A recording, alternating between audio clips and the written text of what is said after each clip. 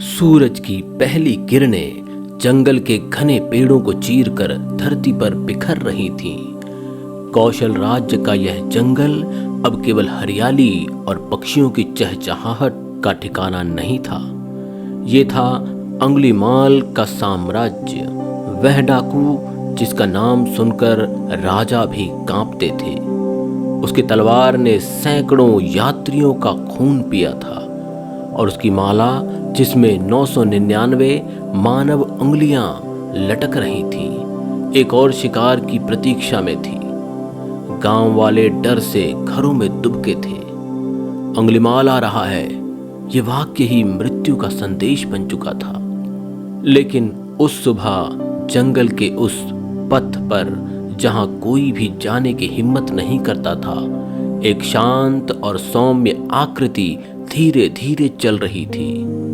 वह थे भगवान बुद्ध। उनके चरण धरती को स्पर्श करते हुए मानो शांति का अमृत बिखेर रहे थे।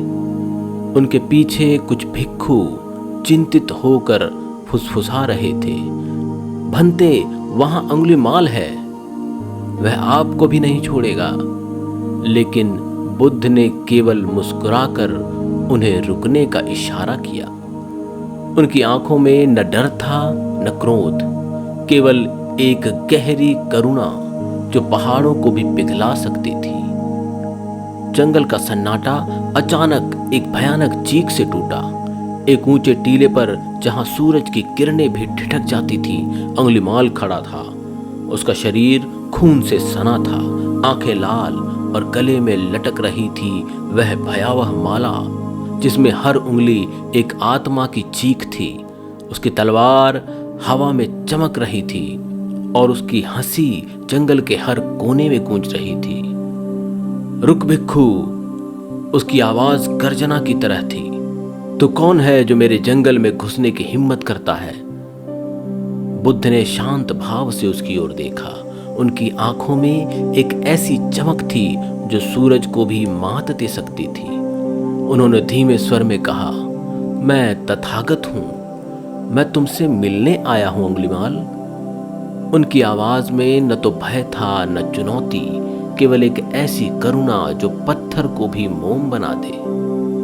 अंगुलीमाल एक भयानक हंसी हंसा।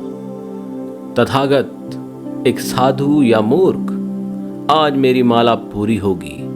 उसने अपनी तलवार को हवा में लहराया और बुद्ध की ओर दौड़ा। जंगल में पेड़ मानो कांप उठे। उसकी रफ्तार ऐसी थी जैसे कोई तूफान धरती पर उतर आया हो। लेकिन फिर कुछ ऐसा हुआ जो अंगुलीमाल के लिए अकल्पनीय था। जितनी तेजी से वह दौड़ता, बुद्ध उतने ही शांतिपूर्वक चल रहे थे। वह उन्हें पकड़ नहीं पा रहा था। उसका क्रोध बढ़ता गया।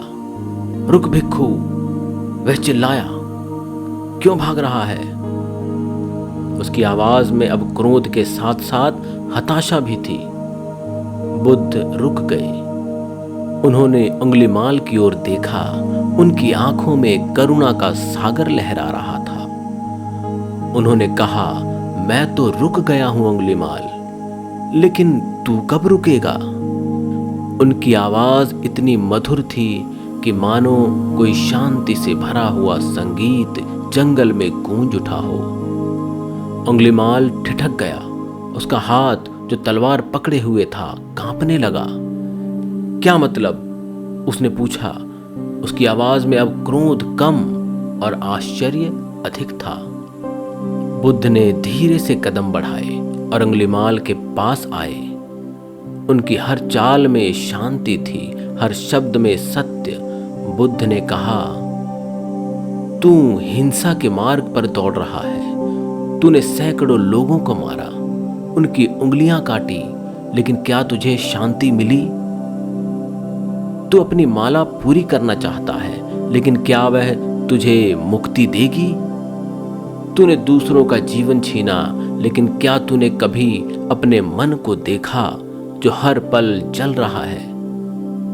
अंगुलीमाल की आंखें स्थिर हो गईं। बुद्ध की बातें उसके हृदय को तीर की तरह भेद रही थीं। उसने अपनी माला को देखा। वह माला जो कभी उसकी शक्ति का प्रतीक थी, अब उसे बोझ लग रही थी। उसकी आंखों में पहली बार आंसू आ गए। उसका शरीर कांपने लगा और तलवार उसके हाथ से छूटकर धरती पर गिर पड़ी।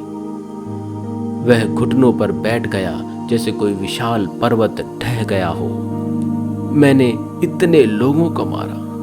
उसकी आवाज कांप रही थी। मैं शैतान बन गया। क्या मेरे लिए क्षमा है? उसकी आंखों में अब डर नहीं, पश्चाताप था।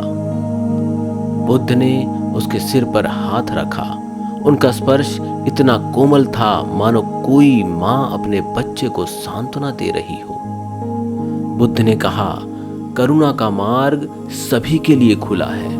जो अपनी गलतियों को स्वीकार करता है वही सच्चा योद्धा है। उसी क्षण अंगुलिमाल ने अपनी माला फेंक दी। उसने बुद्ध के चरणों में शरण मांगी। मुझे अपने मार्ग पर ले चलिए बनते, उसने कहा। बुद्ध ने मुस्कुराते हुए उसे उठाया और कहा, आ मेरे साथ चल। उस दिन जंगल में एक नया सूरज उगा। अंगुलिमाल जो कभी मृत्यु का पर्याय था, अब बुद्ध का भिक्षु बन गया। लेकिन उसका मार्ग आसान नहीं था। लोग उसे पत्थर मारते, गालियां देते। ये वही अंगुलिमाल है, वे चिल्लाते। लेकिन बुद्ध की शिक्षाओं ने उसे शांत रखा। एक दिन जब वह भिक्षा मांगने गया, कुछ लोगों ने उसे पहचान लिया और हमला कर दिया। वह खून से लथपथ लौटा, लेकिन उसकी आंखों में अब क्रोध नहीं, शांति थी। बुद्ध ने कहा, तुमने अपने कर्मों का फल भोग लिया, अब तुम मुक्त हो गए हो। अंगुलिमाल ने बुद्ध की शिक्षाओं का पालन किया और ध्यान में लीन हो गया। वह अंततः अरहत बन गया और उसकी कहानी आज भी गूंजती है। बुद्ध और अंगुलिमाल की यह भेंट केवल एक घटना नहीं थी, ये करुणा की उस शक्ति का प्रतीक थी जो सबसे अंधेरे मन को भी प्रकाश से भर सकती है। ये कथा हमें सिखाती है कि कोई भी पाप इतना बड़ा नहीं कि उसे क्षमा न मिले, और कोई भी मन इतना अंधेरा नहीं कि उसमें शांति का दिया ना जल सके। दोस्तों, यदि ये कहानी आपको अच्छी लगी हो तो इसे लाइक व शेयर करना ना भूलें। और यदि आपने इस चैनल को अभी तक सब्सक्राइब नहीं किया है तो जल्द से जल्द इसे सब्सक्राइब करें। जीवन व जगत से जुड़े हुए आपके मन में उठने वाले प्रश्नों के यदि उत्तर आप जानना चाहते हैं तो कृपया कमेंट के माध्यम से हमें सूचित करें। आपके सभी प्रश्नों के उत्तर अवश्य दिए जाएंगे। धन्यवाद।